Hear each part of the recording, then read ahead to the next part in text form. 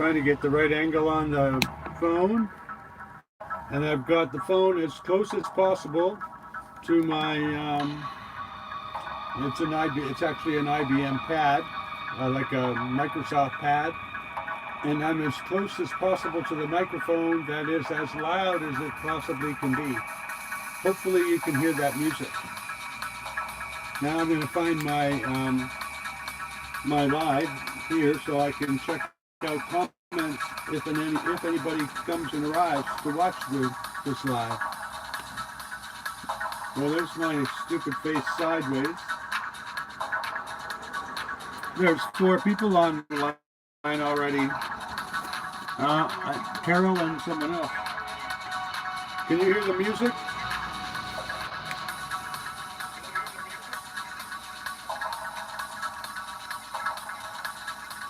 Okay, now I got live chat on.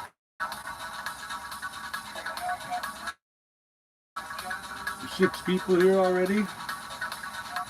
I'm wondering if anybody can hear the music loud enough from my computer.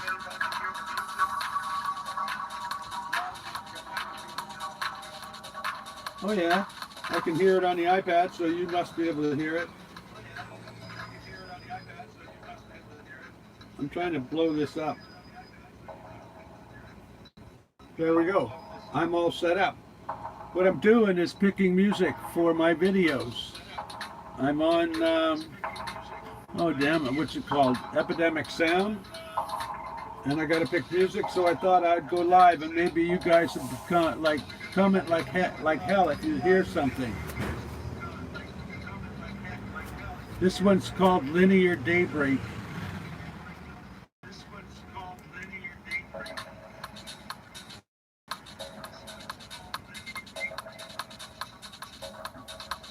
I don't like it. It's too repetitious. I kind of like repetitious stuff sometimes, but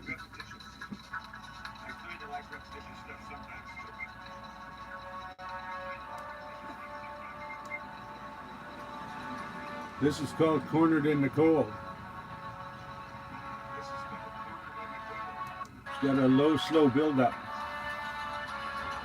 $5 from who's that? Jeez, now I don't have the chat here. Shit. Oh, Mike Brown. Thanks, Mike. That's going into the, what do you call it? Oh, get you my dancing going. Go take some dancing lessons. You know, years ago, when I was younger, I was like super fast. I would always be at least twice the beat. You know how the drums might go bang, bang, and the cymbals would be going bang, bang, bang, bang, bang. I'd be dancing to the cymbals. So I'd be jumping around like crazy. But when I was down at the park, I felt really self-conscious because there were very few people dancing, and it wasn't real. When I started to dance, it really wasn't the kind of music that I found too exciting. Anyway, I was very, what do you call it, intimidated somehow. But, you know, it was fun to try, and I don't mind embarrassing myself on YouTube, because obviously I wouldn't be doing YouTube if I didn't mind embarrassing myself. Or looking silly. This sounds too this music, Cornered by the Cold, sounds too cold.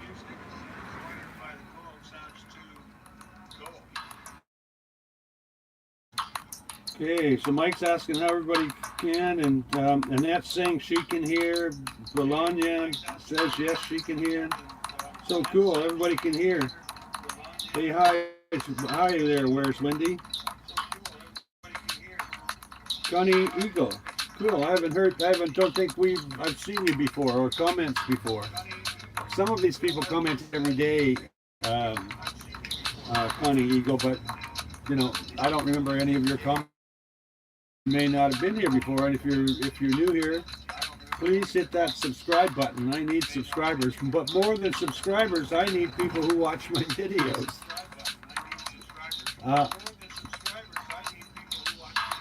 I'm hearing myself on here. I've got to turn this down. I kind of laugh because it doesn't matter whose YouTube channel you look at. they have a huge number of subscribers compared to the number of people who actually watch their channel. It's like 90% of the people who subscribe don't want to just subscribe, but they don't want to watch your videos. Anyway, pretty comical. Sort of that way with all of the I've seen. Okay, Annette, you like this song? Butterfly. I'm going to download it. It's really easy to download these things. I kind of like them, but what I do is, oh damn it, what happened? Oh, I wasn't logged in. I hope it takes me back to where I was so I can find it again.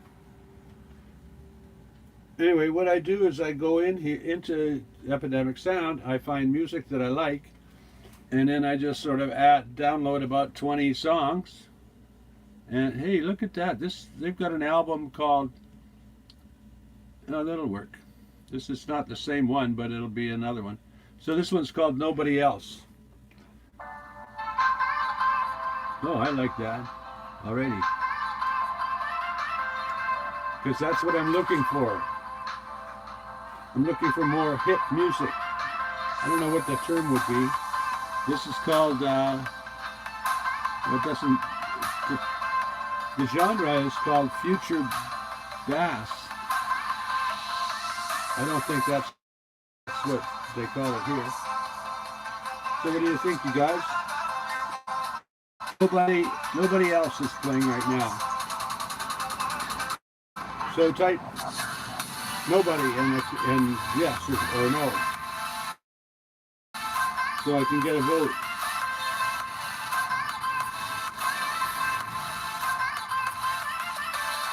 Like, I'm going to give you the title. You guys click the one. You guys say no. This one's called Nobody Else.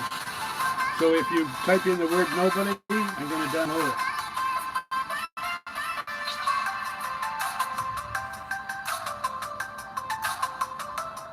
Oh, bum some music from Chrome. Well, the problem is that we've got to have licensed music, and he uses the same, how would you call it? He uses the same provider as I do, but in order to not break any rules, I should be downloading it myself. And besides, it's my to do. Anyway, I like Nobody Else. I'm going to download that. Okay, the next song is Detergent. This one's called Detergent. So if you want to vote for one of these songs, just write the name of it. This is called Detergent. You guys got to help me. You're going to be watching the video.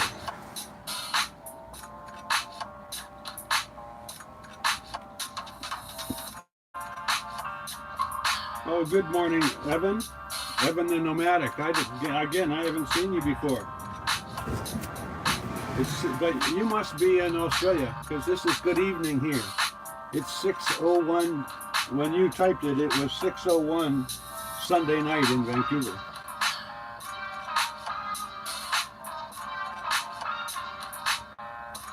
I like this one too. See, I picked a good, I knew that I was going to like some of these because I had heard them before on my iPad. This one's called Are You Out?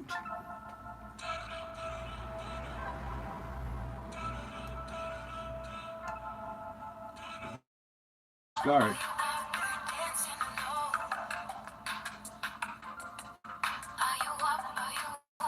I could just click on it in different spots.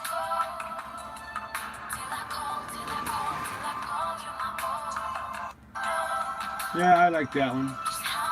What I did is I picked a curated album, and since I had heard some of it before, I know I'm going to get a lot that I like. This one's called Just Drive.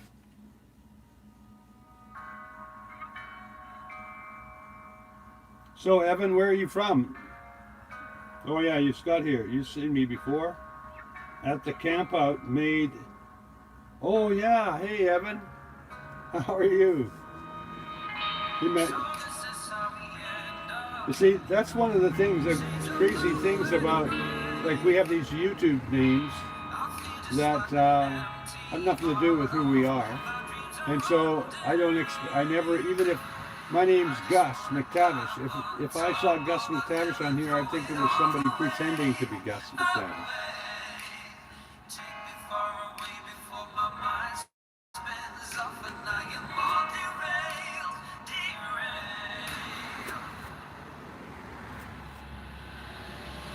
So,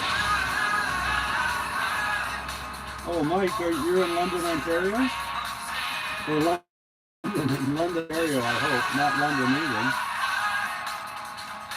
I don't like that one. Just Drive doesn't sound, always the ones that sound like they'd be good for van life, or for my life. Like Just Drive, you'd think it would somehow relate. Like, in other words, if you were driving down the road, you would hope something called Just Drive would be good music to put on, but it's not. Oh, geez, this is cool. I have a what do you call it? A live chat, and you guys come into the chat room and start talking to each other.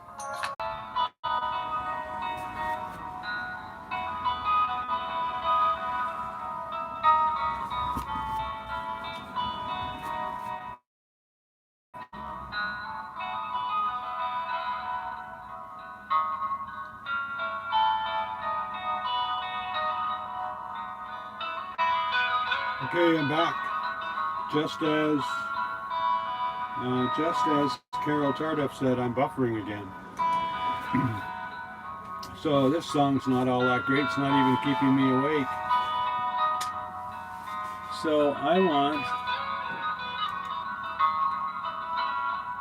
what happened to my future bass stuff.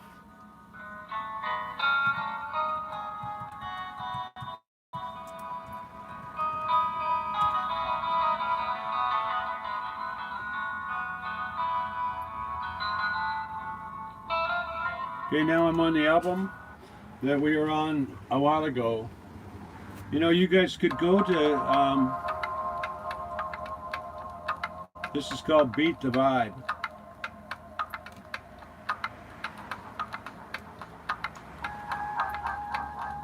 Starts out like that, and then, no, don't like that.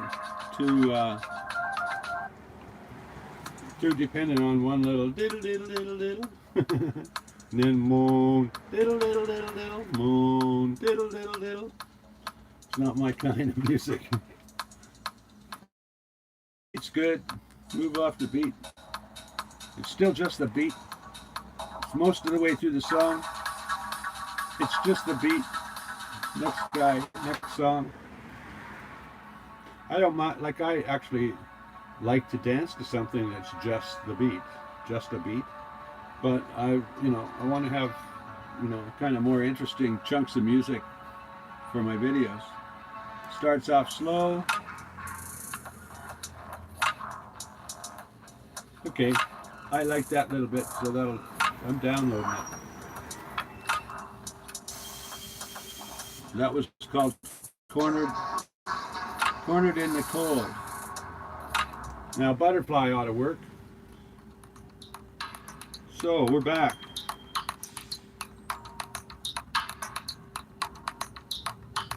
Oh, Chill Step, Dumb Step, and Future Bass. Where does Future Bass come from? I only found it the other day, and I thought at first it was Future Boss spelt wrong. I don't know how how it would fit. And like as a genre, I don't get it. Right? Maybe I'm on old lately. Well, if you watched my video, you would have saw what I had for dinner last night, which was sushi. And I don't know what I do the night before I went to A&W. I've been eating out a lot, like eating pre-made foods. I'm at Starbucks now, and I just finished one of their sort of eggish morning bun thing, which was, it's not bad, but kind of makes me laugh because Starbucks, I drink dark coffee, and Starbucks won't have it after a certain time in the evening. And in the States, they don't have it after like 10 or 11 in the morning. So I go to Starbucks and they never have what I want. but I keep going back just because they've got Wi-Fi. The coffee's the shits, but the Wi-Fi's good. So they sell a lot of coffee to me just because of their Wi-Fi. So I forgot I'm doing this song, Butterfly. It's not flittery like a butterfly. I don't like that much so much. This looks promising.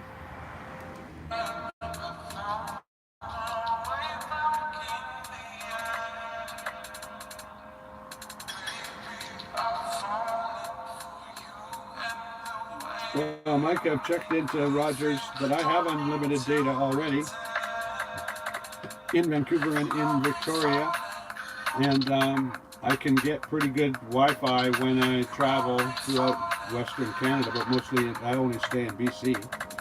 So at least while I'm in Vancouver, I'm getting, for 48 bucks, I get 3 gig of super fast, 6 gig of pretty fast, and then I get unlimited, just like Rogers, unlimited after 9 gigs. But it's slow. And Rogers, you know, doesn't, as far as I know, does not supply Wi-Fi hotspots all over the province. So I don't think Rogers is a good deal for me. It would be good if I lived in Kelowna or in a town that, like Prince George in BC, that doesn't have freedom, then Rogers might be a good deal. But it's also very expensive. I pay 48 bucks for a very good service locally, whereas you need to have Rogers and pay like $75 or $100 to get that same service outside of the big city. So yeah, I looked into it. It just doesn't work. It's not like in the States. I was with T-Mobile. As soon as I got on it, I was never disconnected, and it was always fast. And it didn't. There was only a few places in Northern California that I wasn't connected, and that's because the mountains were too high between there and the city. Well, this is music. I got distracted from the music, and this is crappy.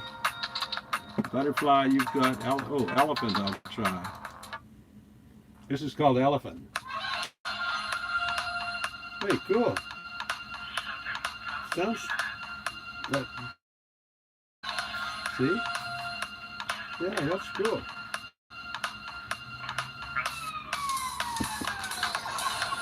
Well, it is until the record starts to slow down. Then it sounds like a police fire. What do you call it? Sounds like an elephant trumpeting followed by a police siren. Yeah, don't like that. It's kind of funny. I gotta feel like I can make a video, like it'll fit my. You know what I need to do? I gotta do something like something like this at the beginning of every video. What's up, dudes? What's going on? We're gonna have a great time. This is gonna be a really exciting video, amazing video. You gotta hang out and stick around to the very end, because at the very end it's gonna be really total B-roll. But at the end, I'm going to fix my hair properly or something. See, I think I can do that, but I don't think I can do that for 10 minutes.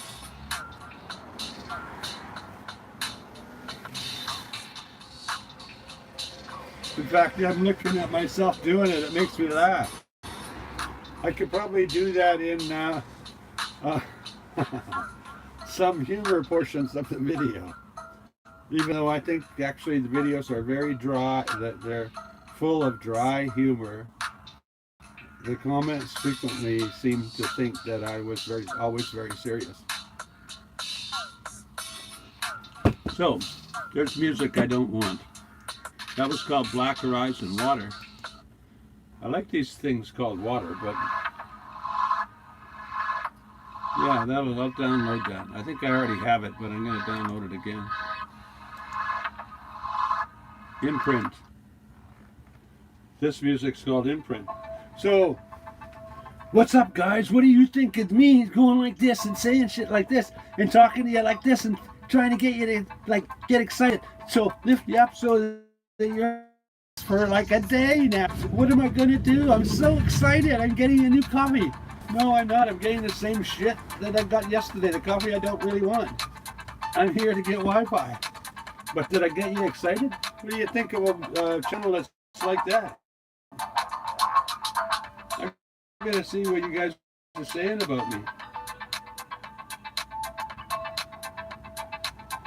Instead of getting questions, are you okay? Is your bus okay? Is your bus going to break down? Did your bus break down? Why don't you ask me when I had sex last or something? I'm just kidding. That's a way long time ago. It's nearly as old as my bus. Okay, so look, I went through all that exciting stuff. I didn't wake anybody up. Huh? Nobody woke up. Oh, so Viking Van Man says, when did you have sex last? I'm 69, nearly 70. Around 10 years, something like that.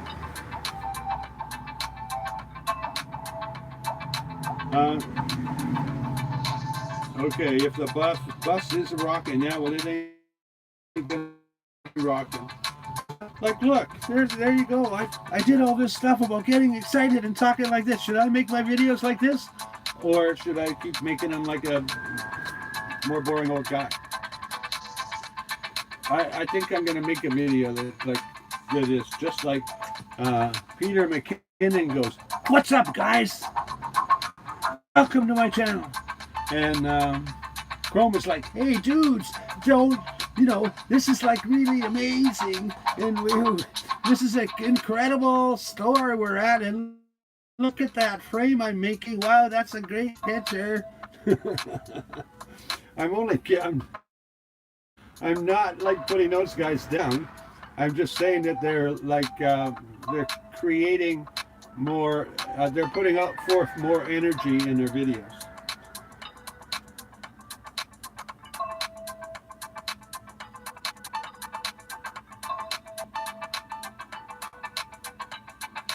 Well,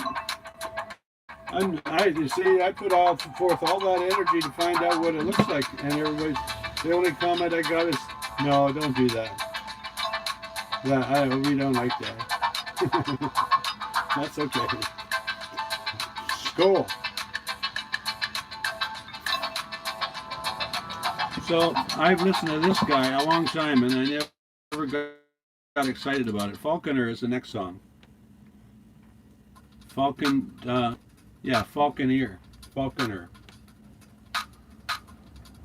Falconer, I guess it is.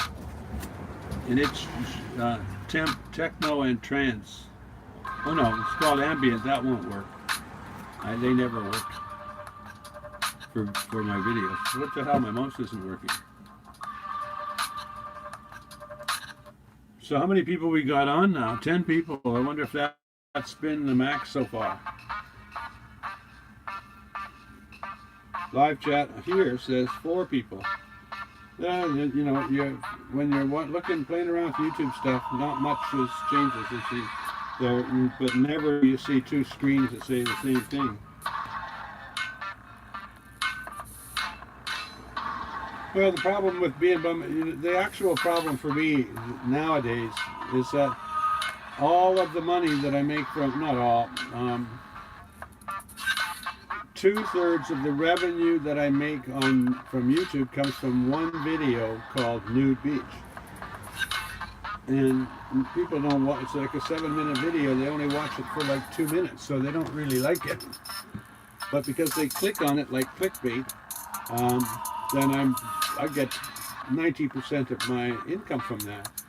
So when I make other videos, I like to make a video every day because it kind of, the fun ones to make are the ones where I've actually, when something came along, I photographed my day and some plane came along. But, it's really true. Instead of making 300 videos that 200 people watch, it might be better for me to just make nude beach videos once a month or once a year. And I'd still make more money than I do working on a video every day. So I'm trying to spruce up the videos so that you guys will share them, or you guys will, tell your friends about me, or, somehow I get to be known by others, but my subscriber counts, viewers are actually dropping constantly. Like the last 2 days, I've got 200 views. Yet I made two more interesting videos than normal. So it's a pretty frustrating kind of thing to figure out.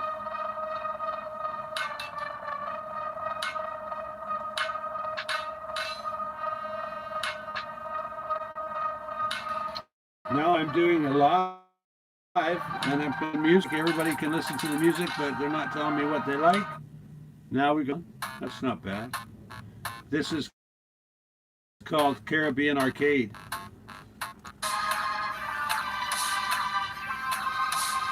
I don't like that one. So I need to get another album or another group of from the same genre. So I'll go back to Future Bass, pick another album, and start listening to them. Ooh. I don't like these piano entries unless something happens quick. No, it's too slow. There are not enough beats per minute. Ocean Roads, this is called.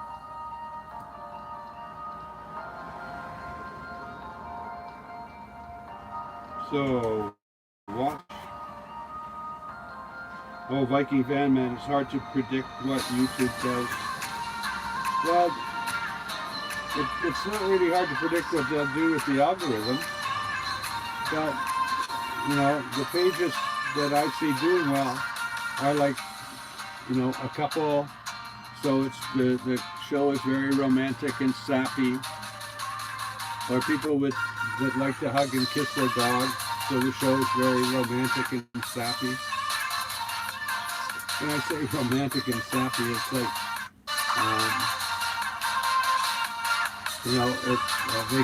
they catch people's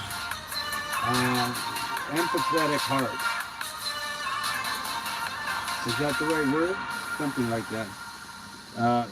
And they try to put in a little bit of excitement within that process. So they're working on people's emotions, and that's called Ocean Roads. I'm going to play Changlia, or Changli. I honestly, truthfully, spend most of my time in my lifetime. I've spent most of my time helping people get over their emotions and start thinking rationally. When I say rationally, it's like, when a problem happens, some people cry and they get upset and all that stuff before thinking that, gee, I lost my key. They'd start to cry and they'd get all upset, and then they'd go, oh yeah, I put the other one in my back pocket. And then they would pull it out of their back pocket and start the car and carry on. But their first reaction to something going a little bit wrong is to cry and actually explode the experience into something very negative instead of simply kind of going, okay, I lost my key, what do I do now? So I've spent my lifetime keeping people calm. It's really easy to get you excited. It's really easy to get people going. Just, create some movement, talk really, really fast and get them to think something in another way. But I don't know how that's productive to anybody. It may be entertaining. It's entertaining in the same manner as a roller coaster is. Anyway, I don't know how we got on all this. I'm talking about how to make. I don't really mind this thing. It can be used in some way, so I'm going to keep this. Never Gonna Fail is the next song. How many people on here now? 15. Wow. It's pretty cool. If you're on here and you're one of the 15, put a comment down here so I can say hi to you. So I know you're here. Belanger talk to Mr. Sunshine about what? I'm looking back to see what I Sunshine a lot. You know, we even talk to each other on the phone stuff. He's not too, today I saw his video, he didn't sound too enthusiastic. But he got into that state in a day or two, so he'll get out of it in a day or two. You know, everything that we do in life, no matter what it is, if we create expectations and we don't quite make it, we're disappointed. So if we had expectations of going to a van meetup and meeting some really cool people, of course his expectations would drop, because you go to the van meetup and you just meet other people in vans, just same as you. The same as you. That's the thing that's kind of comical. If he went to the Queen's wedding, he'd meet a lot of interesting people, because they're all different. But if you go to the van meetup, it's going to be a whole bunch of other people that are the same. So the place to go and get for excitement is outside of the comfort zone, outside of the group of people that you know, outside of the people that know your experience well. So you've got people who want to hear from you. You've got people that you can learn a lot from, or teach a lot, or they can teach you a lot. But if I go and meet like Chrome, we're not teaching each other anything, because we both have vans, we both do the same things. In fact, we are so similar, we don't really learn anything. Fun to be around them, but we're not teaching each other much. At least not in the sense that you would if you met somebody that was completely different. Somebody who lived in a boat, for example, you'd learn a lot from him. So Sunshine's depressed probably because he went to the van meetup expecting to meet a bunch of cool people, and he met a whole bunch of people just like him instead. Just being funny about that. I think Sunshine's cool. This one's called Sophia. Is anybody listening to this music? This one's got me interested, because what I want is, no, I'm not sure I like it. Sort of standard piano. I downloaded that once before and never used it. This is called No Games.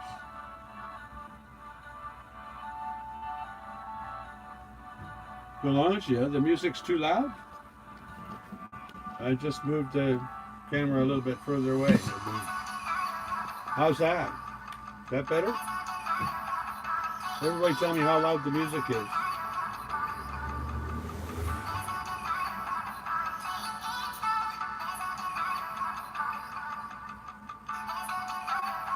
Oh, set a course for my channel. I Ride Tiny House. Set a course for my channel. I'm actually on that course. I do what I feel like each day. If I set a course where I now start to do what other people like each day, I won't do it, because it's not worth it. Crap. If I did stuff that I didn't like to do, and I was getting paid almost enough each day to buy a coffee, I'm a relatively smart business person. It better be something I enjoy doing, or it's not worth it. I'm not, you know, if YouTube was 100 times more profitable than it is, I'd be doing jumping hoops. But it's not. Even if it was 10 times more profitable than it is, you know, forget it. It's not worth it. You know, it's, I don't know how to put it. YouTube really, it has, by itself, has no potential for income. There can be income from other sources, but YouTube is like, not for like 3 years. And so if I invested 4 years and I expect $100,000 a year, YouTube is really the bad place to invest that kind of time. But if I invested the amount of time I put into YouTube in any other business, I would make far more than I make at YouTube. The difference is that I'm 70, and so like perhaps YouTube would be a worthwhile thing if I knew I could stay in it for 10 years, but it's unlikely that I'm going to live 10 years and still be having a YouTube channel. So I'm I'm not interested in super rapid growth. I'm not interested in becoming extremely large. I'm interested in kind of entertaining a rational, reasonable group of people. I don't know how else to do that. I don't want to drive them to violent acts and stuff. I'd much rather find a way to have people see that life is actually pretty easy. You don't have to make a big deal of almost, and there's nothing in your life that's a big deal. I've lived for 70 years, and there was a few times, like not very many. I would break up with girlfriends, a wife or whatever, and I would think, or even getting married, you would think these would be big decisions, right? Yeah, none of them individually add up to dick. Like if, for example, if my life is the same length as a clock has 12 hours, but it's split up into 60 minutes. So let's say you've got a life that's 60 years long. Let's just say that. And you have a bad day. How long is that? It's 1/365th of a minute in your life. So if you have a bad week, that's right. What if you had a bad week? A whole week, it'd be 1/52nd of a minute. A bad month is 1/12th of a minute. So in your lifetime, like if your lifetime was represented by the clock, 1/12th of a minute, a whole year, for example, is 1 minute. 1 minute of agony in a clock that is 60 minutes in size. So when you get older, when you start looking back at events, you realize they're all so damn insignificant, and you made everything into a mountain, and yet none of them made any difference to your life. I could have been rich because I was living that kind of lifestyle, had a very good job, etc. I could have been rich relative to what I am, is a better way to put it. Or well off would be a good way to put it. But, I made some choices in my life and I'm not well off. However, I enjoy my life. So, none of my decisions actually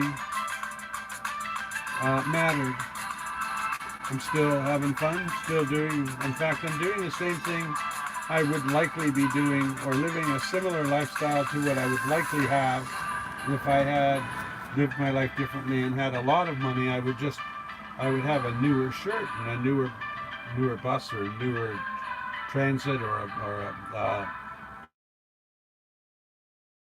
have a different vehicle, or I might be in a boat, or I might have decided to retire on a lake somewhere. Maybe I'd be able to travel to more places in the world. That's all. Nothing, my life would not get better. It'd just be slightly different. This song is called Flames. Hey, where's Wendy? Thanks. I need that fuel. Thanks a lot for that super chat. That's awesome. So, I'm trying to see who's commenting here. Gigi the Gypsy. Oh, you can't hear me over the music. Man, maybe that's why I'm not getting very many comments. I need you to tell me, I moved the camera twice the distance from the music now. And the reason I've got the music up that loud is that I can't hear it unless it's quite loud. So I have to move the camera further away. Is that still, I haven't got any music on now.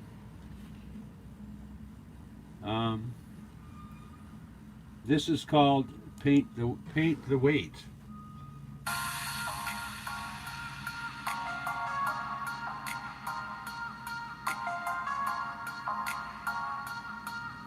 So, can you guys hear that music, or is it too loud?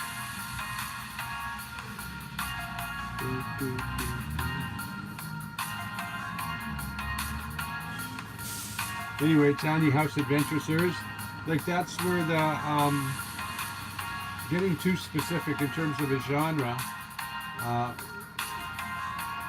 like a lot of people talk about building their vans, or building this and building that, and then they get really specific about the genre. It's all about building the van, so it's all about screwing nails. And when they start driving the road, they don't have a genre anymore because they're not building anymore. And if you're traveling, you can travel only so much to accommodate the YouTube channel, but all your traveling has to be your own until you get to the point where, you know, the YouTube, where the investment for the drive, the distance you drove, and maybe entry fees is exceeded by the benefits from YouTube. So you basically have to have close to 50,000 subscribers who are kind of loyal and follow you in order to be able to travel that much.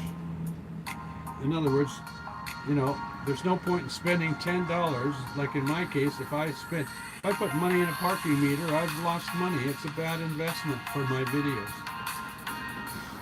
Sounds absurd, but my videos don't make $2 each regularly.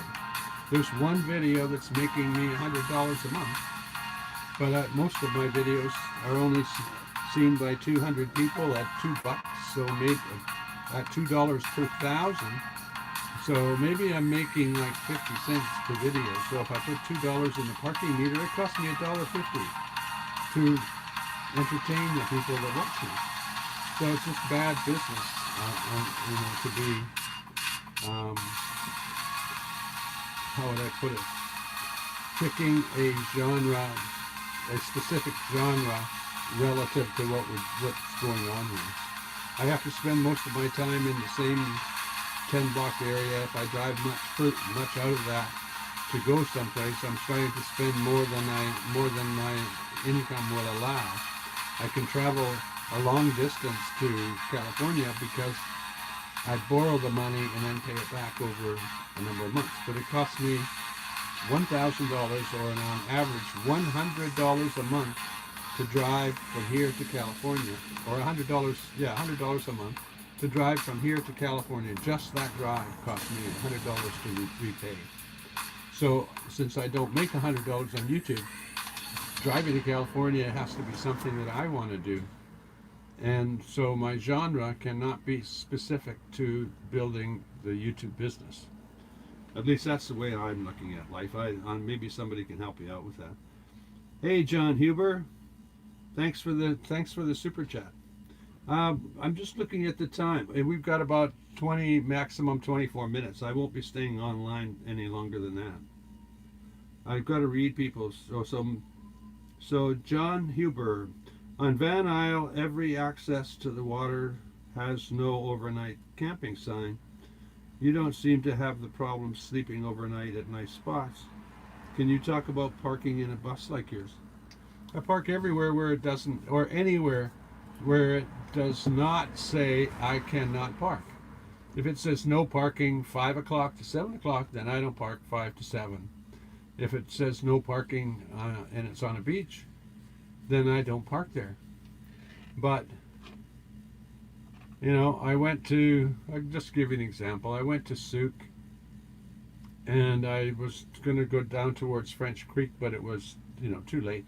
So it was quite late at night, so I drove towards French Creek, which is, heading south or east. I don't even know what direction. It'd be kind of east of Souk, BC.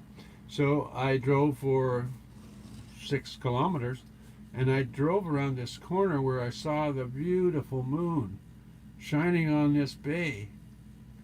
And I immediately turned around, and actually had to turn around twice because the spot that I wanted to park on was just as wide as my bus on the side of the highway, with big logging trucks going by all night long. These big logging trucks are going by because they're, obviously they're early in the morning, they're getting to work, and at night they're going home from work.